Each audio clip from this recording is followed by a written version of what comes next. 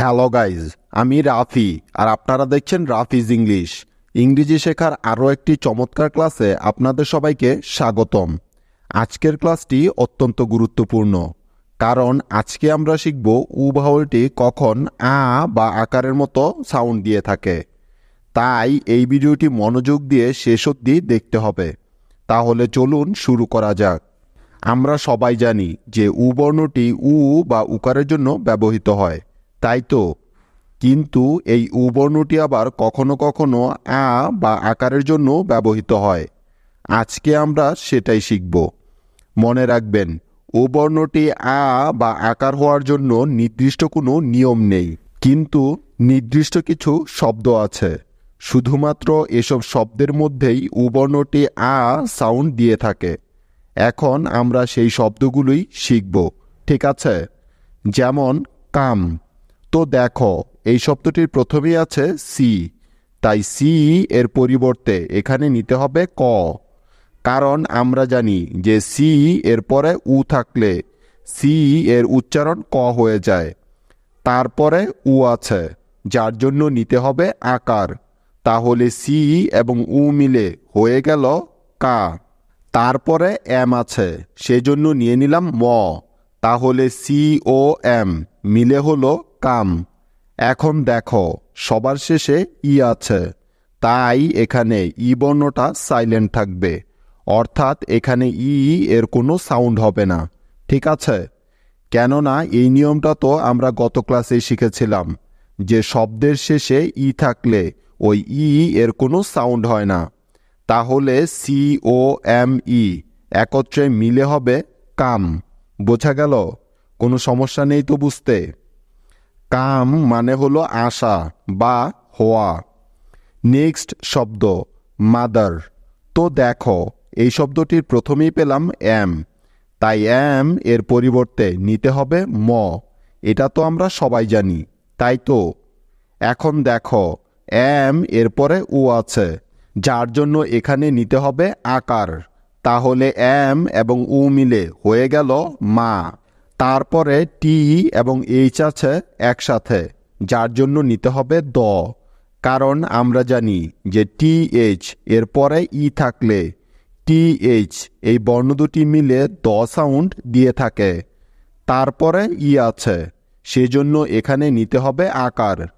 কেননা গত ক্লাসেই আমরা শিখেছিলাম যে ই এর পরে আর থাকলে ওই ইটা আকার হিসেবে উচ্চারিত হয়। তাহলে টি এইচ ই মিলে হয়ে যাবে দা, মা দা। এখন বাকি রইল আর, তাই নিয়ে নিলাম র। সুতরাং টি এইচ ই আর মিলে হলো দার, মাদার। মাদার অর্থ হলো মা বা জননী। এই শব্দটি থেকে আমরা মোট দুটি সিলেবল পাই, যেমন এম ও মা এবং টি এইচ ই আর দার, মাদার। বোঝা গেল? মনে থাকবে তো? নেক্সট শব্দ লাভ। এই শব্দটির প্রথমেই আছে এল, তাই এল এর পরিবর্তে নিয়ে নিব ল। এল এর পরে উ আছে, যার জন্য এখানে নিতে হবে আকার। তাহলে এল এবং উ মিলে হলো লা। তারপরে ভি আছে, সেজন্য নিয়ে নিলাম ভ। তাহলে এল উ ভি মিলে হলো লাভ। এখন দেখো, সবার শেষে ই আছে, তাই এখানে ই এর পরিবর্তে কিছুই বসবে না, কারণ এটাই হলো নিয়ম। শব্দের শেষে ই থাকলে তার কোনো সাউন্ড হয় না। তাহলে এল ও ভি ই একসাথে মিলে হলো লাভ। লাভ অর্থ হলো প্রণয় বা প্রেম, ঠিক আছে? নেক্সট শব্দ হানি। তো দেখো, এই শব্দটির প্রথমেই পাচ্ছি এইচ, তাই এইচ এর পরিবর্তে নিতে হবে হ। এইচ এর পরে উ আছে, যার জন্য নিতে হবে আকার। তাহলে এইচ এবং উ মিলে হলো হা। তারপরে এন আছে, সেজন্য নিলাম ন। এখন দেখো, বাকি রইল ই এবং ওয়াই, তাই ই ওয়াই এর পরিবর্তে নিতে হবে ইকার, কারণ এটাই হলো নিয়ম।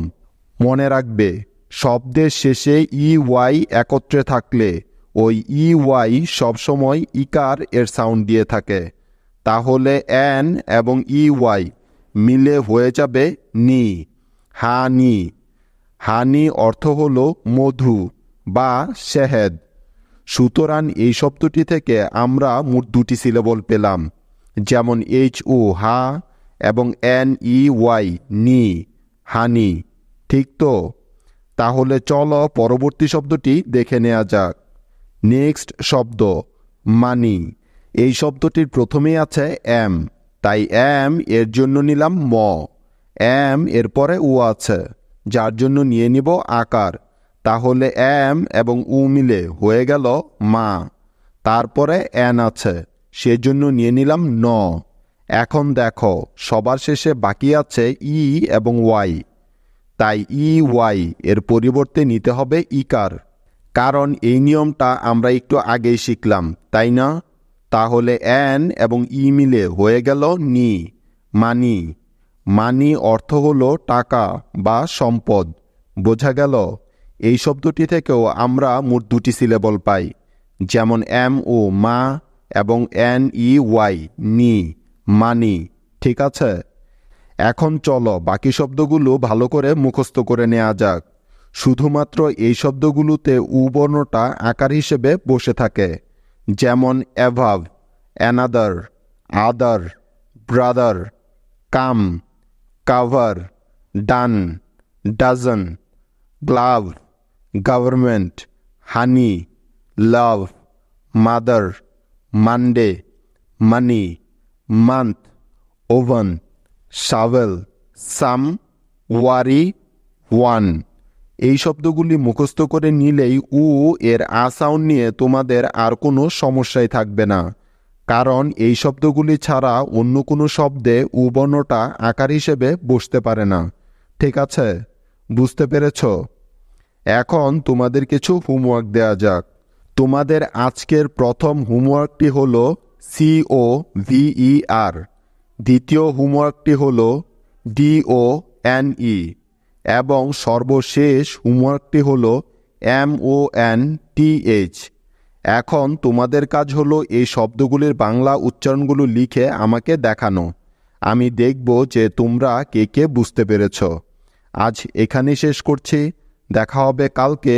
সে পর্যন্ত টেক কেয়ার, বাই।